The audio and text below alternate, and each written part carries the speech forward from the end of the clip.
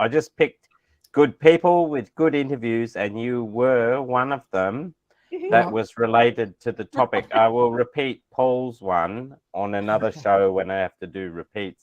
That'll be about other stuff, but I wanted to keep it. Adrian, we're live. Are we record? That's all right. Oh, really?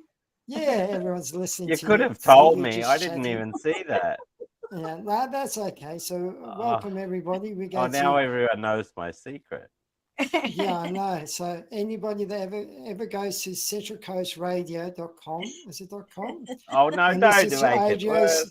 And this is Adrian's radio show at 2 p.m. on a Friday. You might be listening to repeat. But this week we've got a really good repeat because it's Sally. so welcome today, and it's good to see you guys back, because last week we had a really interesting discussion around how people don't trust the banks. Yep. And once we got off camera and we just started discussing things, just naturally, that's the real conversation that we want to have when it comes to people and banks. So we're going to try and replicate that. So fingers crossed we can get into that. And I think what I want to do is I want to start with Adrian, because Adrian, you sent a really interesting post, a Facebook post about banks and why you should use money. Do you remember that one? Why you should be using $50 instead of putting it on credit. Do you remember that post you sent to me? I did not send that to you. I know who sent that to you. That was that was from our friend. Yes. I stole that post from our friend, Mr. Paul Cummins. Yeah. And that's related to economics. That's related to the fact that a dollar in the economy, once it goes around the economy, it makes the GDP, if it goes to 3 people, that's 3 times it's counted in the GDP. That's the magic of it. That's the magic compounding of economics. If I buy something from you, Paul, for $1, that counts in GDP as a $1 transaction. And when you buy something from Sally with the same dollar, that counts as $2 in the GDP.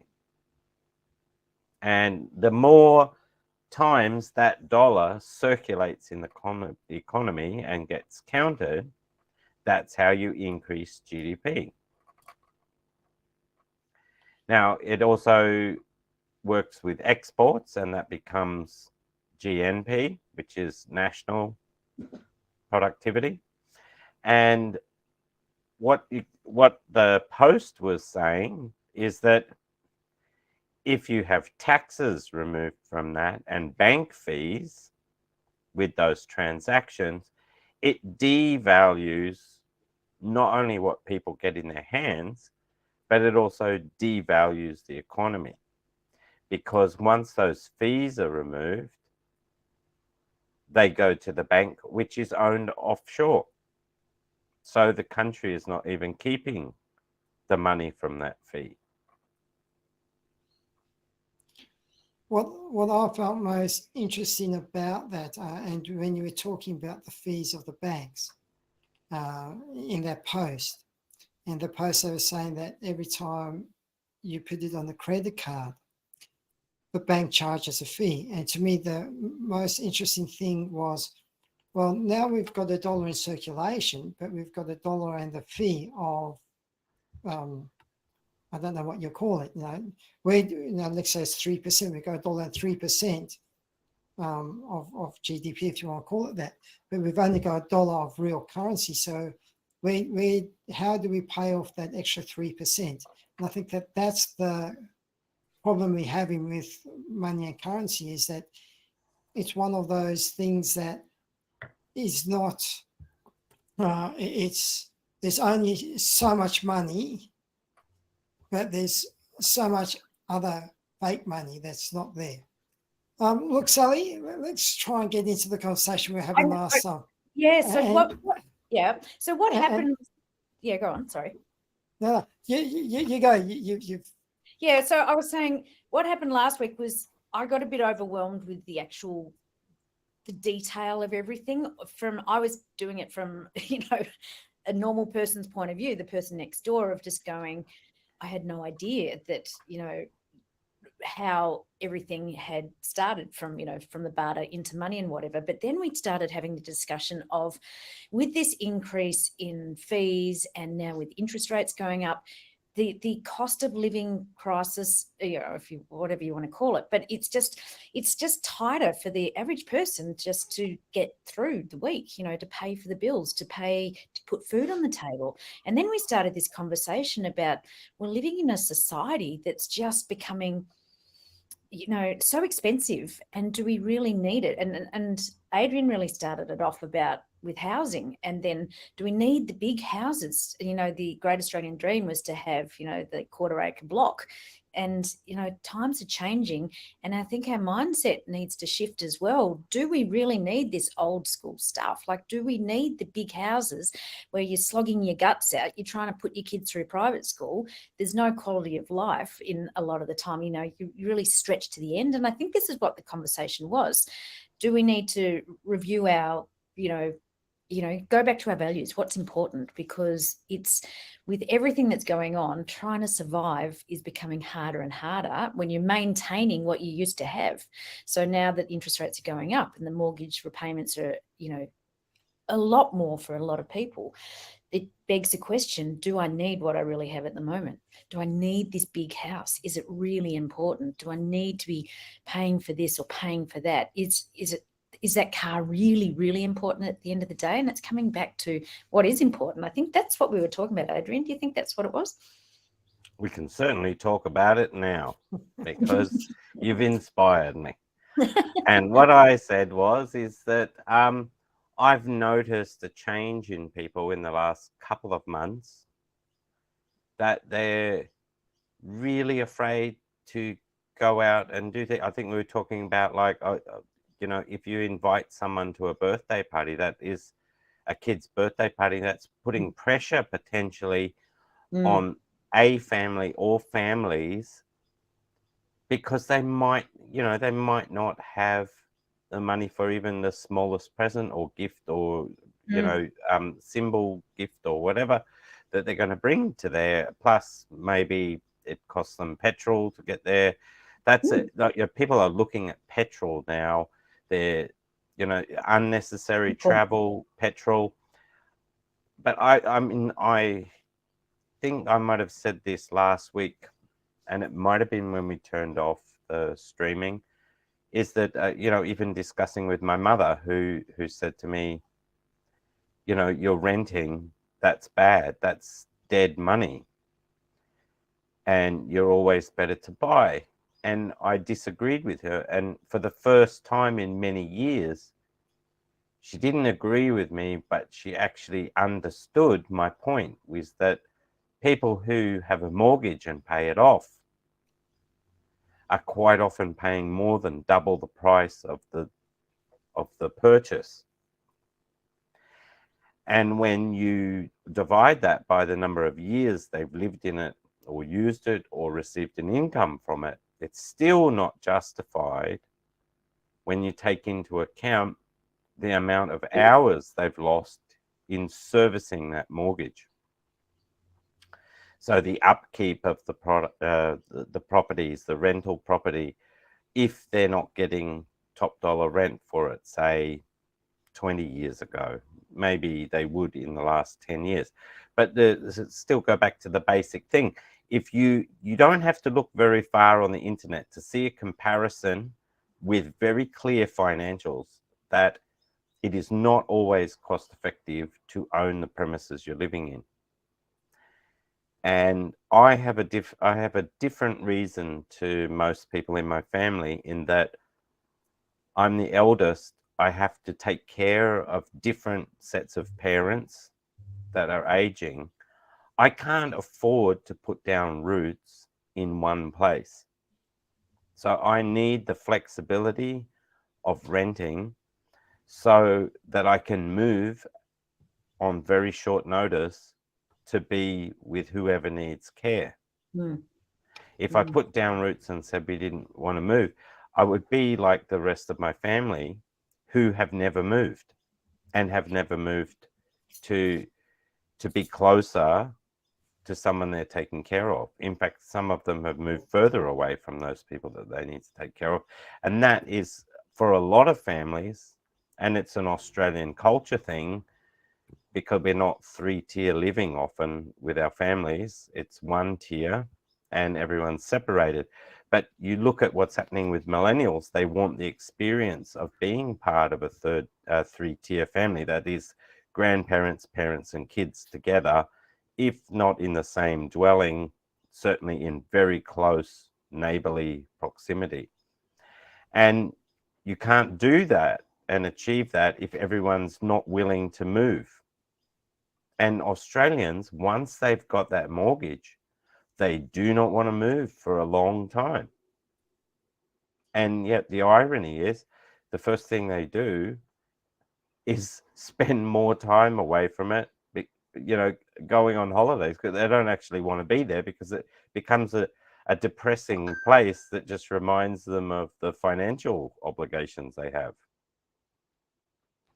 And, aside from the other things, I like not having to mow the lawn or paint or be responsible for the plumbing or the electricity. And if you read about how to be financially successful, one of the things they say very financially successful people is, do not buy machinery and appliances for your house or your home when you could just pay someone to come and do it with their machinery. So mowing the lawn is a good example. Everybody's over duplicating. So it also robs us of the fact that, a kid can't come and mow your lawn because you've got a lawnmower. So they can't earn pocket money. So, Adrian, it's interesting because you brought up a few interesting points. You're talking about the mortgage, how the amount that you're paying in the mortgage has gone up, and it's making it harder for people just to go to birthday parties and things like that. Then you added the petrol, which is over $2 now in Sydney, which is crazy. I mean, it was only a few years ago where it was around about the $1 mark. Not just Sydney, Paul. Not just Sydney, Paul. It's everywhere. Look, I know when we went to Adelaide in January, the petrol in Adelaide was $1.30 or $1.40 or $1.70, something like that. In the Northern Territory, it was a whole $1 more. And you kept saying that people and the families are moving away because they can't afford to remain closer to each other. So I suppose the question is, do you think that the increase in living has been done by design by certain factions of society? Sally, you're laughing. I need you to respond to that one. Yes, there's dark forces at play for sure. But can I just come back on to what Adrian was talking about? Unnecessary spending. It's you have to just be very careful about what are you restricting with it, because if you go, right, I can't afford to go to that lunch or go to that dinner, it's a really real thing. I know with my friends, they go, I can't actually go to that because I can't afford to go there, right? And like going to a kid's party because you can't afford the present. It's what are you missing out on here? So this is about, you've got to be careful when you're restricting yourself. I won't go there because of the petrol. I know my son the other day, he came, I asked him if he could take me somewhere, and he said, yeah, sure, only if you fill up my tank. And like I filled up his tank, it was like $150. And I just thought, geez, this is hard. And he's what, 22 nearly, and he doesn't fully appreciate that I go scouring the cheaper petrol places and then know the days when they're cheaper and all that sort of stuff. You remember it used to be a Tuesday and you'd fill up on Tuesday before it went up and all that sort of stuff. So it's making it work so that you're not restricting your quality of life or having those moments, having your kid go to a birthday party and not going because you can't afford the present, or not going out for that trip to Adelaide because you couldn't afford the petrol, and airfares, you can't afford to fly. I mean, for goodness sakes, there's more dark forces for you. So, since COVID brought out a lot of it, didn't it? And then post-COVID. So, sorry, not answering your question, Paul, but going back on yours, Adrian, about unnecessary spending, I just got real issues about you've got to be mindful about asking that question. Am I restricting myself out of this? How's it going to affect me if I don't do this because I don't want to spend the money? Does that make sense? Yeah. A lot of sense. I mean, it's not just a question of birthday present. I think people succumb to peer pressure very badly in the capital cities, and it's always been like that. But really, and you can't tell, it's a bit communist to say, oh, everyone should just have enough space to sleep, shower, get ready and eat and relax. It doesn't have to be like a McMansion or something like that. But people I think the diversity of people now. Oh, is Adrian frozen? I think he's frozen. Oh, look at that picture of him. I mean, and that does bring up that whole question. We are a very superficial nation, right? Or no, planet. And we've got to be a bit more sustainable and also a bit more spiritual in our way of acting, I think, and living, rather than so superficial, keeping up with the Joneses. That's just not affordable anymore. It's just not, Paul. Like, you can't... I don't think it's ever been affordable keeping up with the Joneses, because the Joneses have always been out of your reach anyway. Yeah. So those people that are trying to, and I cop this with all my clients all the time, so-and-so, she's just gone and bought this nice dress just so that she can look like she's successful and all that. Okay, but why do you need to try and be something you're not?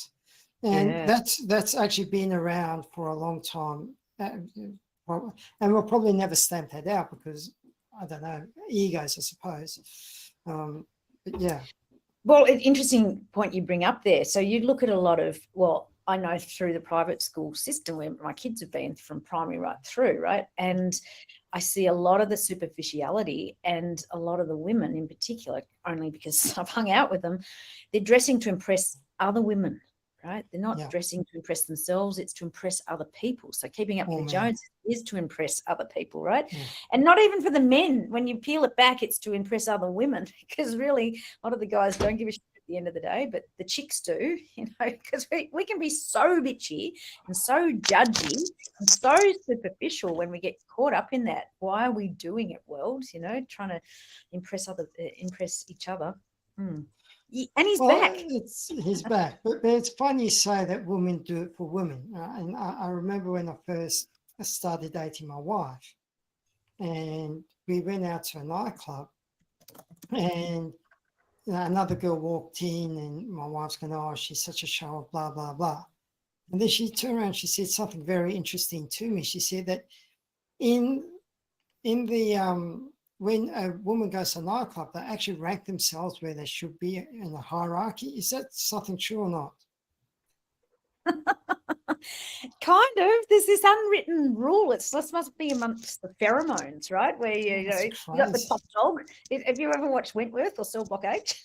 You got the top dog. I used to watch Prisoner. It used to be my favourite show. So yeah. So watch the newer version of Wentworth. I've watched all the series. I love it. Sorry, that was just an update for Adrian. That we were just talking about superficial spending. Spending to impress other people, and talking about keeping up with the Joneses. And I said to Paul, I think, no longer can people keep doing it. And Paul said, it's always been out of reach to be one of the Joneses, because it's never achievable. So you're always trying. And then I brought up that women, in particular, dress to impress other women more than themselves or whatever. Yeah. In this superficial world, that's what we're talking about. And it is becoming more and more unachievable. And why do it? And I think people are starting to stop and realize, and that's one thing COVID brought. You couldn't do the lunches, you couldn't do the restaurants, you couldn't go to the theaters, you couldn't do all the stuff that costs money. And a lot of people have gone, actually, I've realized I've saved a lot of money from not going out, and I really enjoy cooking at home or doing the family thing. So it's brought it back to basics again, just the basic stuff that's important. And that comes back to your values. Yeah. Mm. Yes, I think So- the younger generation, they don't concentrate on owning things. It's more experiencing things. They want the experience. They want to have the experience. They don't want to have the things or the headache. And I have to say, I find a lot of people that have mortgages are very boring, Thank you, uninteresting, Adrian. and Exhibit A, Paul.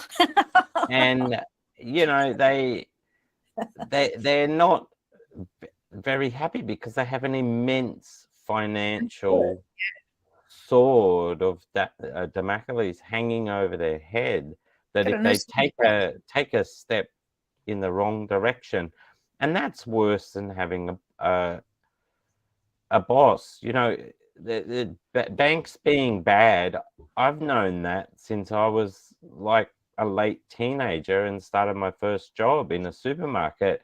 I knew not to trust the banks because they don't have anyone's interest in mind other than their own or their owners. And people, you have to really question people's level of intelligence, that they can't go and find out information to see if they're doing the right thing. And like you said, Sally, you know, keeping up with the Joneses is a very bad policy. And for all of us that are enlightened and read Think and Grow Rich, you're only going to be able to achieve things if you don't worry about what other people think about you. And that is that's why they say, you know, people who are very ostentatious dressers, quite often they're just doing it for show to impress people, but it's not worthy. And that's why they have sayings like big hat and no cattle in America, and in England they have phrases like fur coat, no knickers, because, you know, it's just show. Yeah. It's just for show, and there's no substance behind it or underneath it. And, you know, people who wore expensive watches, do you trust them more or do you trust them less? Depends if they do it with taste. You look at new money, the nouveau riche, coming out of different countries, you know, particularly in China, where they're mixing brand names when they wear things with their handbag and branded clothing at the same time, but it all doesn't match. It's not the same brand. It's all just to show off the name. Okay, when they get a bit more money, they have a bit more taste. But if you look at the old money, they actually dress down. I have many 100%. many stories that you know, you find the old money landlords, they dress very simply. They don't ask for much to it because they know, they're confident. If they need money, they just go and make money. You don't make money by advertising yourself. Yeah, good point, because I lived in Toorak for over 20 years, and Toorak in Melbourne is one of the most expensive suburbs. And I love Toorak because I got very involved with the dog park. But the old money people, they don't flaunt it. It's not like, look at me, they're wearing the old vintage stuff. They don't have to prove anything to anybody because they're already proven, they're already established. And the difference between old money and new money is the difference between a flashy car and then driving, you know, original, I don't know, car they've had since the 70s or whatever. It's not, I just found it was not proving themselves as like the current vibe is keeping up with the Joneses, and it's all about the flashiness.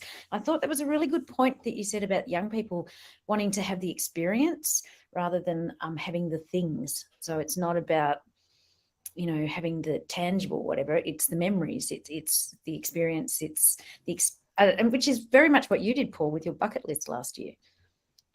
Oh yeah, 100 new experience. That was the year before. 100 new experiences got to 44 and then got shut down because of the government. So even something like that doesn't help. But I just want to come back to the mortgage because I know I'm one of those boring people, Adrian, that does have a mortgage, and my mortgage has gone up 25%. So Yes. it has been a massive increase. But Mm. when you have a look at the rental properties, now maybe you've been fortunate, Adrian, where your landlord hasn't increased your rent. But the biggest increase in inflation has actually been the rental increases because they've gone up 30 or 40% as well. Yeah. And so when you're talking about the mortgage and rent, when we do have a massive spike in mortgage rates, the next thing that happens is all those people that own properties, they've got to still pay the mortgage. And what do? They whack up the rent just to cover the mortgage.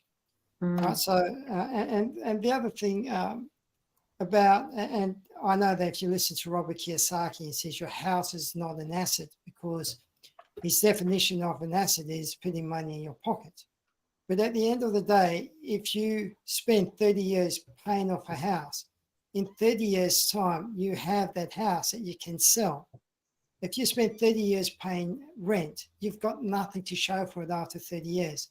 So we also have to put that into perspective as hang well. on a minute. Hang on a minute. This is where my mum comes into it. What do you have to show for it is only the nominal value of the money. What you've been doing with your life is another question in that time it's taken to pay it off or not pay it off. Because you might be doing something like, for instance, I think it's much more nicer to live in a hotel where you have room service, the room is cleaned every day. Now, once you have kids, that's not really an option. But it depends what your quality, what's more important to people, money or their quality of life. For most people, they don't have a very high standard of quality of life that they're aspiring to or enjoying. So I take it back. It doesn't mean someone's boring. It just means they're limited in what their outlook is, because the only thing they can see ahead of them is the next payment they need to make. Yeah, so Adrian, I think that that's really in the early years of having a mortgage. As the years progress, the value of the house actually increases. And once you've got the value of the house, you can actually use the equity in the house to actually go out and create assets as well. So more assets to go out and,